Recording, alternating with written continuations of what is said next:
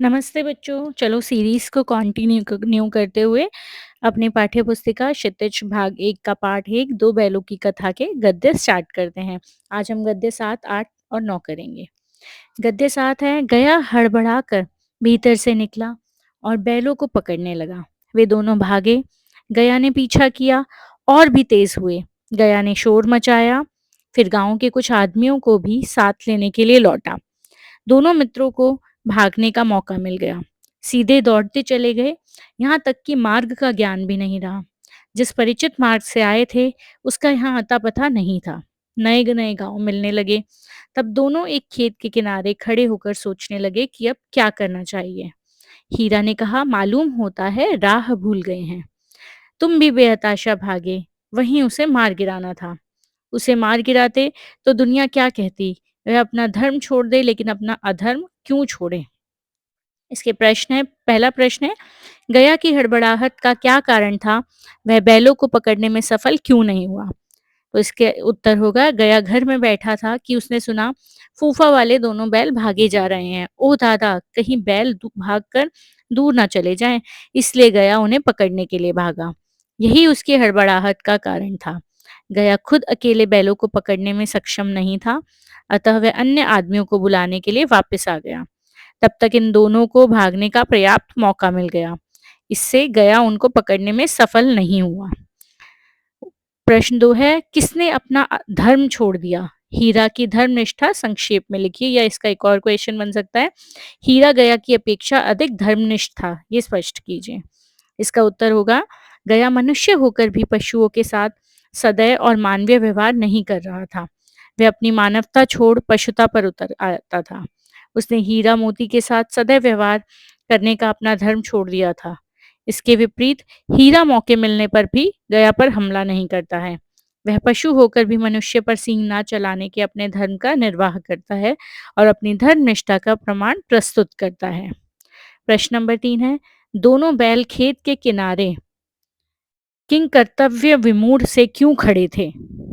इसका उत्तर है, दोनों बैल खेत के किनारे किंग कर्तव्य विमूढ़ से इसलिए खड़े थे क्योंकि जल्दी से भागकर गया की पकड़ से दूर पहुंचने के क्रम में वे गलत रास्ते पर चलकर अपरिचित स्थान पर आ गए थे। अब यहाँ से वो कहाँ जाएं, यह दोनों को समझ ना पाने के कारण वो किंग कर्तव्य विमूढ़ खड़े थे।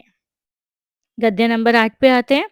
सामने मटर का खेत था, मोती उसमें घुस गया। हीरा मना करता रहा पर उसने एक नहीं सुनी। अभी दो ही चार ग्रास खाए थे कि दो आदमियां लाठियां लिए उन पर दौड़ पड़े और दोनों मित्रों को घेर लिया। हीरा तो मेड़ पर था, निकल गया। मोती सिंचे हुए खेत में था, उसके खुर कीचड़ में धंसने लगे। न भाग सका, पकड़ लिया। हीरा ने देखा सगी संगी संकट में है तो लौट पड़ा। फंसेंगे तो दोनों फंसेंगे। रखवालों ने उसे भी पकड़ लिया।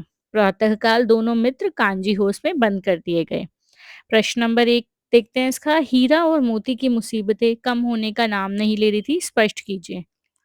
इसका उत्तर होगा, गया के घर से भागे हीरा मोती का सामना सांड से हुआ। सांड उन्हें जान से मार देना चाहता था, पर दोनों अपनी बुद्धिमत्ता और पारस्परिक शक्ति द्वारा न केवल उससे बचने में कामयाब रहे, बल्कि सांड को ही बुरी तरह हराया।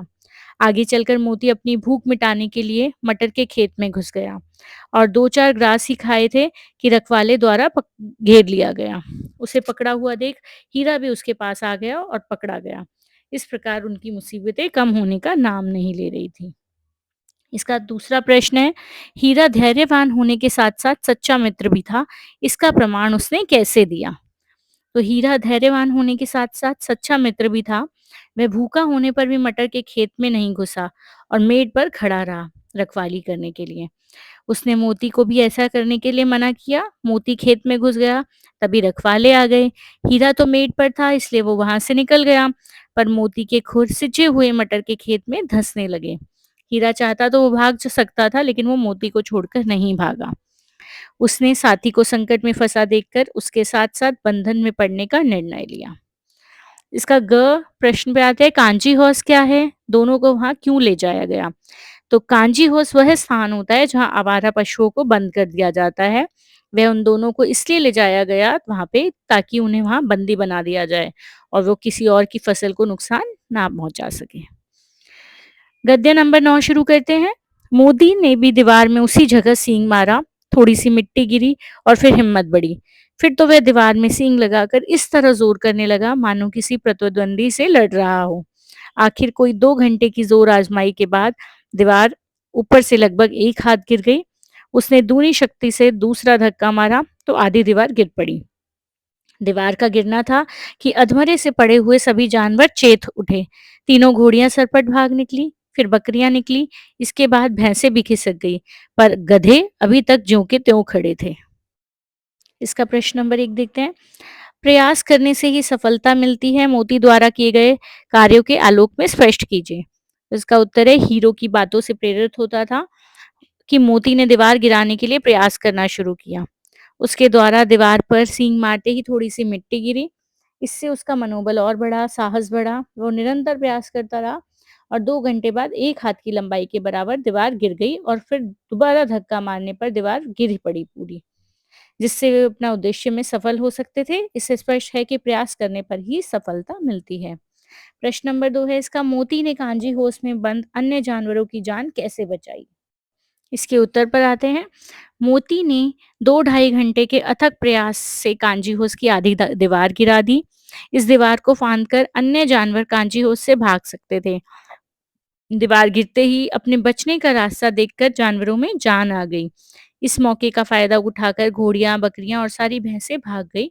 इस प्रकार मोती ने कांजी होश में बंद अन्य जानवरों की जान बचाई। प्रश्न नंबर 3 है, यहाँ गधे किसके प्रतीक हैं? वे अभी तक क्यों खड़े थे? यहाँ गधे आलसी और अकर्मण्य व्यक्तियों के प्रतीक हैं, जो मौका पाकर भी फायदा नहीं उठाते। गधे दोबारा पकड़े जाने के डर से नहीं भाग रहे थे, वे अपने स्थान पर ज्यों के त्यों खड़े थे। मिलते हैं बच्चों अगली वीडियो में अगले भागों के साथ।